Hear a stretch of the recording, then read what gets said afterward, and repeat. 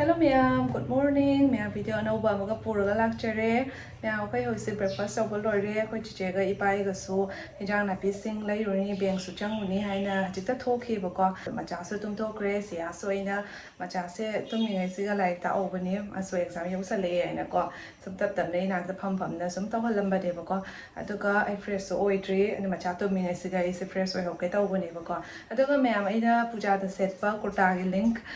happy ro aina hangakpa ani ahum yawi comment ta atu ma'am atoi kurta to aina purchase tawjabado nate bako akhoi chegi ahanba setna da ba kurta so ahum mari ka leirami bako aduga gi asisina khara ingonda fittings oini aina ina atu khallaga secha ki bani aduna link to di ingonda leitrabi na hapakpa du di ngamroi warau binu aduga ma'am asise lakshmi puja numit suni aduna ai kok su luge tawbane bako ado yumda ba leitraga su asika sum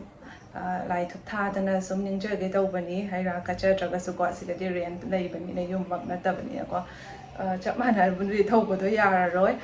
ya hojikti macha su yauraga ponpul la abani na ko yum da su ichik chi anungai tre mapana ko aduna thabak chat loiraga adan jum da sum hanjara idana adu hanjara podom matam lenfam khngde ko tre ka haijara iba hojikta phone ta su ko aduna mathabak halaga dukan sum changthoga leire yum chalaga tawngai leitabani yam tan chalei boring tu salai ena sum hai ba ko aduna iskam ka lak tu no ka su taw khalei ni betara ni phatre lak se son da ka ba se angang su yaksala abni na mo hina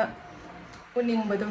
video ko tawraga yengse toine bu ko nuai tre ma so mya gi samse khukki na ba tawi delivery matung da ni ko na ma roi sam ke nei ado ai gi na mo han da gi samse lecture bani na ken ki basida ko en leksal le swai ga se pura ta e bo ko yam sati da pa mu je samse tho khat ka da ba ki re ado gi phibam ne ne oi ri se ado ga smai sum pai be samse humari sum ke lak toine bu ko samse yam ke la bani na samse sum pun chal la ga tham me bu ko makha ko jai jai na ta lai bu to di ubada nungai te dana am hosike matam da ji mi sing se ayam bana sam loi phana dre ta ni hainari boko hana sam phadaram ba mi ngai loi sam se lik thana rak pa me am su ure isa mak su ni sam se hana yam maga sam se chap ting ga ko phang mu yoraga sam se hona ngam de na anga hoi ne de isau lang do ni hosik ta do sam do miss to ri hosik palamati kyam phaja do no ene khala i boko hosik te sam se pali ba hai do ni pan da ba ya da bogi ko adoga dandruff na maram oiraga so koi ge sam se samkhong se week oiraga sam tek pa sam ken ba se am tawi aduga koi na sam di aga di koi ge sam start on me products nam dai jaraga so sijana bam khngde ai do ni ko phaja de na ko sam lik pana kal tau ba ma tau ba se sam yam chatting halaga so obu liksan na ui khngde tawbom khngde hairstyle se dona ko ang puchan gi bane hena phare na khalli thina uzaraga so aduga samkhong hakachaba amadi samkhong week oi basina common problem oire myam hojiti asigi tension se tawdra su yare samak su aduga mayam da su asigi solution se share tawjarake mayam su kana na ba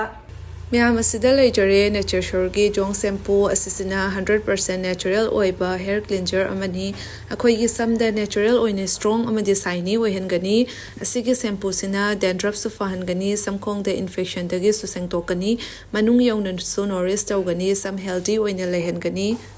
Ma'am asigi khwaidagi faba amana asigi shampoo sina sulfates amadi parabens dagi free oil haibadi nupa su nupi su animak na use tawba yai daily use ki oina yamna safe oil bako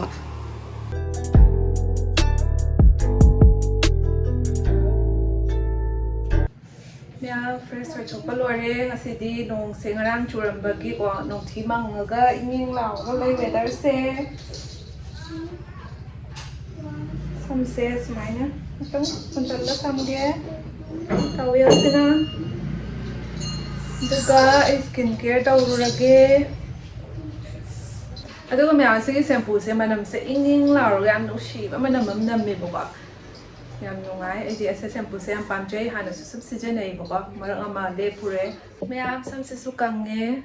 da samse mon laraga. Yam nungai ba to oi ba ko yam phato pa su oi de kanga ga yam kheng laura phato pa du di nungai ta ne ba ko atuga samsu su punjan ba gi girl oi ga samse yam to ko ma le e gi sam lik pa si ge har ga di samai kori le ba sina sam ga se je sang haning dress samse phaza dra ba ni na de na thamaga aton se ka lum lau jai ba ko asina di ma'am की Nature Sure की Jonk shampoo से तोयने use तौबीरगदी अखोइगे समसे strong smooth अमदि shiny ओइहलकनी अदुगा स्कल इन्फेक्शन की रिस्क वालहलकनी अदुगा मैम न करिगुबा नेचर श्योर की जोंक तेल लिस ऑयल दो तुममदाइ द तैबीरगदी नोंगालागा नेचर श्योर जोंक शैम्पू जना दु थोपिबा यारनी असेगी रिजल्ट सिना समसे स्ट्रॉन्ग स्मूथ अमदि हेल्दी ओइहंदोइनी नुंतिगी मैम की डिस्क्रिप्शन दा लिंक हापचरंगे मैम से चंगागा परचेस तौशन बिरो अदुलगा समसे पुन्ना फमिनरसी अदुगा मैम असेगी वीडियो से डिटेल न सम लोइसलगे मैम मथंगी वीडियो ngai मैम नंगसिगी वीडियो सिदा कानाबा अमदि नुंगाइबा पिरगदी लाइक कमेंट सब्सक्राइब तौशन बिरमो